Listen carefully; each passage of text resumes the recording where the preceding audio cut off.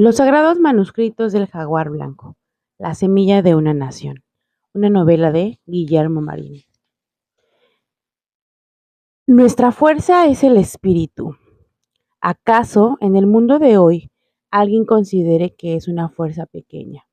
Pero es la única fuerza nuestra y tenemos que usarla. Rubén Bonifaz Nuño.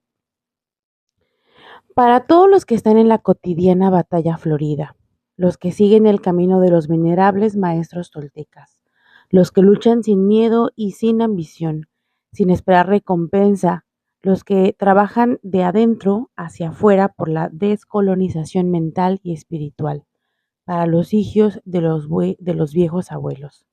Guillermo Marín. Capítulo 1. La carta misteriosa.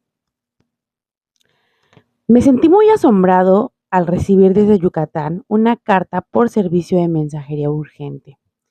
Era extraño, aunque tengo amigos en la península, no esperaba que nadie de ellos me escribiera. Me venía en sobre membretado, como ya casi no los hay, y estaba escrita a mano con caligrafía Palmer. Resaltaba la tinta sepia sobre el fino papel de algodón. Leí mi nombre con extrañeza. Señor Fernando de Ita. El remitente era Anatolio Rivadeneira Rondón. Abrí la carta con mucho cuidado, como si fuera una pieza de museo. Algo en mi corazón, como una punzada, me avisó que esa carta traería un vuelco dramático y definitivo a mi vida. Desde niño me gustó la lectura. Ya más adelante me dio por escribir, lo que sentía como una gran pasión en mi ser. Recuerdo mucho a Teresa Saga, amiga de mis padres. Desde niño la admiré porque era una señora muy grande y culta. En su casa se ubicaba muy cerca de los viveros de Coyoacán. Había una biblioteca que recuerdo como un espacio mágico, lleno de libros, cromos, fotografías, mapas que me llevaron desde entonces a lugares distantes en el tiempo. Ella me permitía husmear en todo lo que contenía ese lugar. Ahí fue donde me sedujeron los libros. En esa biblioteca tomé la decisión de estudiar letras y desde muy joven empecé mi trabajo como periodista en un diario nacional, donde aprendí el oficio. Más adelante fui corresponsal de Guerra a Centroamérica en la década de los 80 y también en el levantamiento de los indígenas mayas en Chiapas en 1984, donde seguí muy de cerca los conflictos de las comunidades indígenas, campesinas y campesinas, originados por los despojos y abusos de las empresas transnacionales, especialmente las mineras canadienses. Y pese a lograr obtener una buena posición y trabajo, me sentía vacío. Los logros sociales y materiales no me hacían pleno. Algo en lo más hondo me decía que la vida es más profunda que las metas y que las metas son intangibles, que los bienes materiales y la sociedad son circunstancias. Ese vacío ya empezaba a asfixiarme y no tenía claro exactamente a qué se debía. Empecé a leer la carta que iniciaba con un estimado señor de Ita. Sé que estoy viviendo mis últimos días, por el cual me atrevo a escribirle. Mi nombre es Anatolio Rivadeneira Rondón. Pertenezco a una familia que tiene muchos siglos de vivir en Yucatán. Le resultará mi carta, le, le resultará extraña mi carta, pero después de mucho cavilar decidí que usted es la persona indicada para conocer mis orígenes. Es muy importante lo que quiero decirle. Es preciso que una persona como usted, dedicada al periodismo y comprometido con nuestro país, sepa de los sagrados manuscritos del jaguar blanco, de los cuales soy heredero. Mi familia los ha poseído desde el inicio de la colonia y es imperativo darle a conocer su contenido para que no se pierda en el olvido este legado, ya que como le comento, sé que en pocos días moriré. Es muy importante que llegue a más tardar en 3 días y que me regale 10 días de su atención para entregarle el secreto de mi vida y de mi familia. Desafortunadamente no hay tiempo posible que perder. Usted puede declinar mi llamado y yo lo entenderé y así quedará revelado de cualquier responsabilidad. Se lo ruego que destruya esta carta y no lo mencione a nadie su contenido. Si acepta el desafío, le aseguro que no se arrepentirá y mis ancestros y su servidor le quedaremos eternamente agradecidos. Al terminar de leer la carta, la guardé dentro de un cajón de mi escritorio y me senté en un sillón de mi estudio. Sentí que una fuerte corriente eléctrica corría por todo mi cuerpo. Tenía la boca seca y fue necesario respirar profundamente varias veces, porque sentí que les faltaba aire a mis pulmones. Volví a leer la escueta carta una y otra vez, como para entender mejor lo que decía. Me llamaban con urgencia de Yucatán para darme una información al parecer importante. Era una situación que rebasaba los límites de mi intuición. Como periodista sabía que estaba enfrente de una historia. Sin embargo, había algo especial que me movía a aceptar aunque albergara cierto temor. Presentí que era algo que había estado esperando, que mitigaría ese vacío y esa desolación de la plana cotidianeidad existencial. Pero al mismo tiempo, por la experiencia profesional, sé que existe mucha gente que trata de llamar la atención usando a un periodista. Nunca había oído hablar de los sagrados manuscritos del Jaguar Blanco, así que tomé el teléfono y contacté a un amigo, experto de en esos menesteres y quedé de verme con él al día siguiente. A las 11 de la mañana en punto me recibió el licenciado Velasco Piña, Antonio Velasco Piña, con quien mantengo una amistad cordial desde que le hice una primera entrevista en 1979, cuando publicó la novela Tlacaelel, el azteca entre los aztecas. Le mostré la carta, la cual leyó con interés y antes de hablar guardó un largo silencio. Parecía ausente. Decidí romper el silencio y pregunté: Maestro, ¿qué opina usted sobre el contenido de la carta? Pregunté con cautela. Verá, usted. Ya había escuchado sobre esos misteriosos manuscritos, pero yo pensé que eran producto de la fantasía, del imaginario colectivo, contestó con voz pausada. Yo creo que su intuición como periodista le debe dar la respuesta. En la historia de México, como en la de todos los países, existen muchas lagunas, verdades que descubrir y mentiras que desenmascarar, pero esta parece una buena historia. La visita al maestro Velasco Piña me animó a tomar una decisión que era urgente en la medida de que me quedaban 2 días para llegar a Mérida, considerando el plazo que el señor Rivadeneira me había dado. Esa noche le di vueltas y más vueltas a la historia de los dichosos manuscritos. Volaba sobre el Golfo de México. Una inmensa masa azul, brumosa y confusa, confundía el mar con el cielo. Un monótono subido de la cabina hermética del avión me adormecía.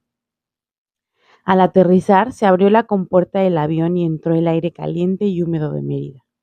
Salí del aeropuerto y tomé un taxi que me llevó directamente a la casa de don Anatolio Rivadeneira. Se ubicaba al principio del majestuoso Paseo Montejo. Era la casa de un pequeño chalet del finales del siglo XIX, estilo francés. Se encontraba en pésimo estado, casi a punto de caerse podría por la humedad, el tiempo y la falta de mantenimiento. Al llegar, crucé una pequeña verja de metal que se encontraba abierta. Pasé junto a unos inmensos y sombríos árboles y llamé a la puerta con una pesada mano de león hecha de bronce adosada al viejo portón. Un hombre de vieja estatura y cabeza prominente que parecía no tener cuello abrió la puerta. Busco a don Anatolio Rivadeneira, dije con voz firme y amable.